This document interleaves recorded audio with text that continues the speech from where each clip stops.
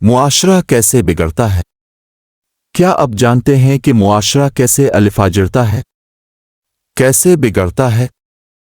کیسے وہ جرائم پیشہ لوگوں کی آماجگاہ بن جاتا ہے؟ کیسے وہ شریفوں کے لیے رہائش کے قابل نہیں رہتا؟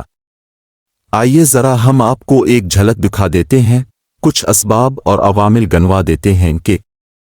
جب آپ اپنی اور اپنے اہل وول کی اصلاح و تربیت سے غفلت برتتے ہیں، جب آپ کو یہ فکر لاحق نہیں ہوتی کہ آپ کی اولاد زندگی کیسے گزار رہی ہے اور ان کے شب و روز کے مشاغل کیا ہے، جب آپ معاشرے میں پیدا ہونے والی برائیوں اور جرائم سے چشم پوشی کرتے چلے جاتے ہیں اور ان کی اصلاح اور روک تھام کی فکر نہیں کرتے، جب آپ محلے میں گھروں کے باہر بیٹھے جوانوں کو گپے ہانکتے، گانے سنتے، فلمیں دیکھتے، آتی جاتی گھروں سے نکلتی اور داخل ہوتی عورتوں کو تاڑتی ہوئے دیکھتے ہیں لیکن انہیں برداشت کرتے جاتے ہیں،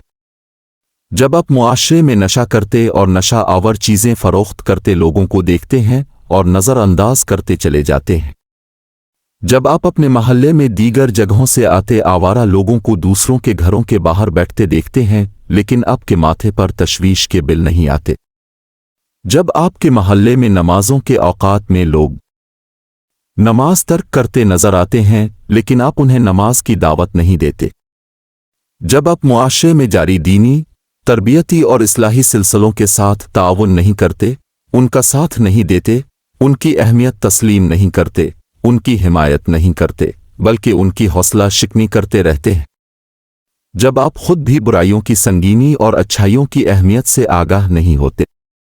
جب آپ کو اس پر تشویش لاحق نہیں ہوتی کہ آپ کے معاشرے میں نو عمر لڑکے اپنے سے بڑی عمر کے لڑکوں اور لوگوں کے ساتھ کیوں دوستیاں لگاتے ہیں، جب آپ کو اس پر پریشانی نہیں ہوتی کہ معاشرے میں خیر کے کاموں کے مقابلے میں شر اور برائی کے کام کیوں تیزی سے بڑھ رہے ہیں، جب آپ کو اس کا احساس نہیں ہوتا کہ تعلیمی اداروں کے آنے جانے کے اوقات میں راستوں اور گلی کوچوں میں جگہ جگہ لوگ کیوں بیٹھے نظر آتے ہیں اور ان کی وجہ سے گزرنے والی طالبات کو کس قدر تکلیف کا سامنا ہوتا ہے، جب آپ کو معاشرے میں بڑھتی بے پردگی اور بے حیائی پر کوئی دکھ اور افسوس نہیں ہوتا، جب آپ گیس، پانی اور بجلی جیسی ضروریات کے مسائل حل کرنے کے لیے تو لوگوں کو جمع کرنے اور اس کے لیے کمیٹیاں بنانے کو ضروری سمجھتے ہیں لیکن معاشرے سے برائیوں کے خاتمے، جرائم کی روک تھام اور ان کی اصلاح و تربیت کے لیے لوگوں کے جمع ہونے اور کمیٹیاں بنانے کو غیر ضروری سمجھتے ہیں، جب آپ کو یہ فکر پریشان نہیں کرتی کہ ایک مومن ہونے کے ناطے آپ پر امر بالمعروف اور نہی عن المنکر کی کس قدر ذمہ داری عائد ہوتی ہے،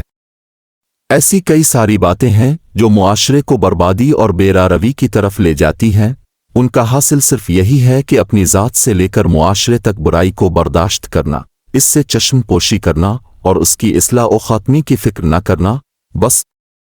یہی اس کا خلاصہ ہے اور یہی ہمارا ایک بہت بڑا المیہ ہے۔ آئیے ہم اپنی ذمہ داری محسوس کریں اور حکمت عملی کے ساتھ معاشرے میں پیدا ہوتی اور جڑ پکڑتی برائیوں کی روک تھام اور اصلاح کی کوشش کرتے رہیں اور اپنے معاشرے کو تباہی سے بچا لیا۔